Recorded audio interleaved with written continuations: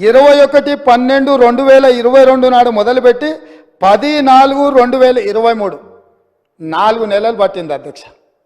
ఒకసారి అడుగుతున్నాం ఎన్నికలు అంటుండ్రు, రెండోసారి అడుగుతున్నాం కరోనా అంటుండ్రు, మూడోసారి అడుగుతున్నాం మా మామ చెప్పలేదు అంటున్నారు, నాలుగోసారి అడుగుతున్నాం అల్లుడు తిరగనికి పోయినని చెప్పేటట్టురు అధ్యక్ష.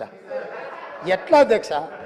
మీ పరిపాలన స్పష్టంగా అధికారిక లెక్కలు ఈ రకంగా చెప్తుంటే మేము వచ్చిందే మొన్న 60 రోజులు కాలేదు, ఆల్రెడీ మేము క్లియర్గా చెప్పినాము 100 రోజుల్లో వాటిని పూర్తి చేస్తామని.